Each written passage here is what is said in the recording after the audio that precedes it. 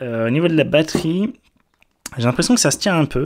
Alors lui, bon, est beaucoup plus vieux et moi je m'en sers plus, donc je peux pas trop vous dire sur le S7. Mais entre le G6 et le S9 Plus, j'ai l'impression que c'est à peu près kiff-kiff. Je dirais que le S9 Plus tient quand même mieux. Je dirais que, alors moi je l'utilise pas, je suis pas quelqu'un qui a tout le temps la 3G d'allumé, tout le temps le fixe GPS d'allumé, etc. Moi je désactive tous mes trucs quand je m'en sers pas. Donc j'ai pas le Bluetooth allumé en permanence, j'ai pas le Wi-Fi allumé en permanence. Je m'en sers que quand je suis chez moi et que je m'en sers. La 4G pareil, quand j'ai besoin de m'en servir, je l'allume. Je suis pas tout le temps sur mon téléphone, je joue pratiquement pas du tout dessus. J'écoute de la musique dessus, par contre, je regarde, je vais sur internet dessus, j'envoie des textos dessus, j'appelle un peu dessus, voilà, je vais sur Facebook, des choses comme ça. Donc j'utilise la 4G à ce moment-là. Et en gros, alors du coup, lui forcément un an de plus, voire un peu plus, donc la batterie quand même faiblit un peu par rapport à une batterie toute neuve comme sur le S9 Plus. Mais en gros, moi en utilisation, donc mon utilisation normale, on va dire une utilisation mixte assez soft dans l'ensemble, j'arrivais à tenir 2 jours à peu près, en tout et pour tout 2 jours vraiment ric-rac. Enfin ça dépend, en fait ça va vraiment dépendre de mon utilisation. En gros, parce que maintenant en fait ce que je fais c'est que je recharge systématiquement dans ma voiture. C'est toujours bien d'être, en fait ces batteries lithium-ion, c'est bien de les garder entre on va dire 30 et 60-70% de charge et pas aller trop dans les extrêmes, donc pas attendre qu'elle soit complètement déchargée et la charger à fond, ça c'est pas terrible. Donc du coup maintenant je les charge souvent et c'est vrai que donc on va plutôt raisonner comme ça. C'est vrai que elle, si je la charge le matin, donc je gagne à peu près 20-30% dans ma voiture, le surlendemain je suis content de la recharger. Des fois même je suis obligé de mettre une charge plus longue, une charge la nuit pour pouvoir la charger complètement, alors que le S9 Plus j'ai pas du tout ce problème là, parce que je charge dans la voiture la journée, je le compense pratiquement pas, c'est-à-dire que ici je consomme plus que je charge en étant juste dans la voiture, ici je consomme moins que je charge en étant juste dans la voiture, et donc sur une utilisation mixte un peu soft, je tiens la journée sans problème, voire les 2 jours sans problème. Moi je dirais dans les 2 jours et demi, donc quand même quelque chose de mieux, sachant donc comme je vous le disais, bon à part les petites conneries comme ça que je mets parce que je suis un peu bébête, mais sinon j'essaye d'optimiser tout ce qui est voilà, tout ce qui est thème pour avoir des fonds noirs et pour essayer voilà d'économiser ma batterie à ce niveau-là, sachant que encore une chose ici. Samsung ça c'est encore de l'ergonomie générale que j'avais pas sur mon G6 et je suis content de le retrouver sur le Samsung. C'est quelque chose qu'on a aussi sur le S7 mais avec moins de possibilités, mais on a le mode, ce qui est appelé le mode économie d'énergie. On en a 2. Attendez, je sais pas s'il m'a compris là. Mode économie d'énergie, voilà. Donc il va me demander, donc là je lui dis que je vais appliquer. Donc vous voyez en fait ce qu'il fait, c'est que en fait il va limiter. Alors il nous propose plusieurs choses à faire, voir ce qu'on veut faire exactement sur la vitesse du processeur, sur la résolution d'écran, etc. Mais lui nous annonce qu'en passant, donc en fait ça va limiter, on va pratiquement avoir accès à plus aucune application. On va avoir seulement 9 applications sur un seul écran d'accueil complètement noir. Tout va être limité, on n'aura plus tout ce qui est Always Display On, des choses comme ça. On aura vraiment que les choses basiques, donc le déverrouillage avec juste le symbole, puis les lecteurs d'empreintes, puis les choses comme ça.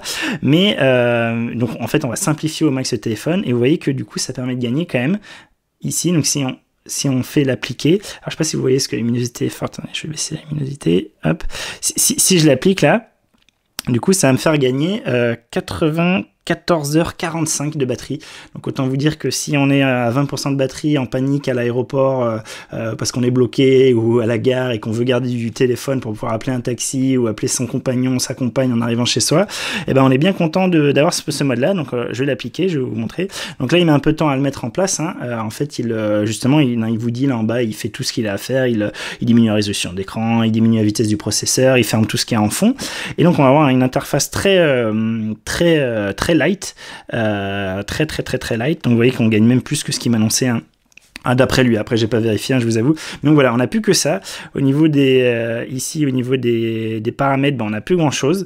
Tout est simplifié à outrance. C'est-à-dire que par exemple dans vous voyez que déjà il n'y a plus tout ce qui est affichage, des choses comme ça. Si je vais dans, alors non je vais pas me faire ça. Si je vais dans Wi-Fi, voilà, j'ai plus possibilité. Alors je sais pas si j'ai possibilité de faire par exemple le point d'accès. On va voir, opérateur réseau, mode réseau. Non, donc il n'y a plus possibilité par exemple de faire le point d'accès mobile, donc d'utiliser la 4G pour renvoyer sur un réseau Wi-Fi, donc connecter un ordinateur en Wi-Fi au réseau du téléphone, donc ça c'est plus possible. Donc on a plus Qt-Icon, ces quatre là sont fixes carrément, mais par exemple donc en désinstallant le navigateur internet par défaut de Samsung, vous pouvez placer une autre icône. Donc moi j'ai placé Chrome, et donc les 4 en bas qui sont à modifier, donc ça, pour ça il faut faire modifier, et en fait il faut en supprimer une. On va par exemple supprimer le lecteur de musique pour ensuite en rajouter une autre. Mais donc vous voyez que le choix est très limité. En fait, le choix est limité aux quelques applications Samsung, quelques applications Google et d'autres applications qu'ils estiment absolument vitales, comme Twitter, WhatsApp, Facebook. Donc au final, il n'y a pas beaucoup de choix, mais il y a quand même beaucoup plus de choix que dans le S7, où moi je me rappelle vraiment, il fallait absolument utiliser les trucs Samsung. Donc, par exemple pour les mails, ce qui était moins aberrant parce que les mails Samsung sont assez nuls par rapport à Gmail par exemple ou à Outlook. Donc voilà, cette option là fait que quand même si on est en galère en fin fond de la cambrousse et qu'on n'a plus de batterie, eh ben on a cette possibilité là, donc avec un téléphone bien limité, mais un téléphone qui fonctionne quand même, qui fait les choses de base, appeler, aller sur internet, voir ses mails, aller sur Facebook si on a un contact sur Facebook, voilà, donc ça va permettre de se sortir. Donc vous voyez là, je suis comme un bécasson, j'essaye de faire au lecteur d'empreintes, mais ça marche plus. La détection ici du visage ne marche plus. Il faut venir déverrouiller, donc avec le symbole que je vous montre pas, et on réarrive, hop, sur l'écran d'accueil. Donc ça, c'est vraiment quelque chose de très bien chez Samsung. Ils se foutent souvent de la gueule d'Apple pour leurs batteries qui tiennent pas trop, et c'est vrai qu'avoir ces modes-là, c'est vraiment sympa. Sachant que bon, la désactivation reprend du temps, mais bon, quand on désactive, en général, on sait qu'on a de la batterie, qu'on a de quoi voir venir, donc c'est moins grave.